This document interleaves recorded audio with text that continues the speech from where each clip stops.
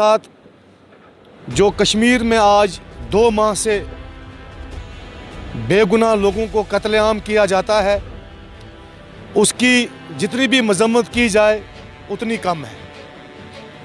और जो बिलखसूस हैदरपुरा में इनकाउंटर किया, जहां 3 बेगुनाह लोगों को कत्ल किया गया, मुझे बड़ा अफसोस हो रहा है और रोना भी आ रहा है।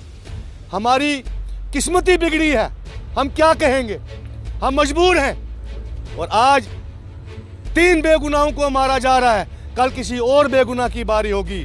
मैं आपके इस चैनल के माध्यम से एलजी साहब को गुजारिश करता हूं कि खुदारा रोकिए, ये जो इंसानियत का कत्लेआम हो रहा है इसको रोकिए, और जिन लोगों को कत्ल किया गया है उनको भरपूर मुआवजा दिया जाए। और मैं एलजी साहब का शुक्रगुजार भी हूं कि जिन्होंने उनकी लाशें, उनके जो मयतें थी वो उनके लवाहिकीन को हवाले की गई। अभी तक क्लियर तो हुआ नहीं, लेकिन ऐसे हमने सुना, इसके लिए हम शुक्रगुजार हैं एलजी साहब के। लेकिन साथ साथ हम ये गुजारिश भी करना चाहेंगे, अपील करना चाहेंगे कि जितना भी भरपूर मुआवजा उस फैमिली का बनता है वो उन्हें दिया जाए।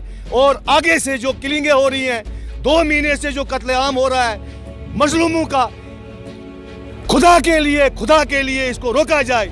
इस वक्त जो है लोग भूखमरी का शिकार हो रहे हैं, लोग बेरोजगार हैं। कोरोना ने इस वक्त 2 साल से हमें परेशान करके रखा है, हर इंसान परेशानी में इस वक्त जूझ रहा है। रोटी की तलाश में लोग जाते हैं तो वहाँ कत्ल हो जाते हैं। तो इसलिए एक जो उस बेचारे का उसने जब बयान दिया, हमने देखा फेसबुक पर, वो बार बार कह रहा था मैं गवर्नमेंट का आदमी हूँ, मैं गवर्नमेंट का आदमी हूँ, मैंने पत्थर से किसी मिलिटेंट को मारा है तो उसकी सज़ा उसको यही दी गई, उसका बेटा मारा गया और उसकी लाश तक उसको नहीं दी जा रही है। तो ये कहीं ना कहीं जुल्म है, सितम है, और लिहाजा इसकी हम पूरी आलमे इंसानियत की जानिब से मजम्मत करते हैं और ये उम्मीद रखते हैं कि इसकी जो जुडिशल इंक्वायरी है वो की जाए और गुनहगार जो है उसको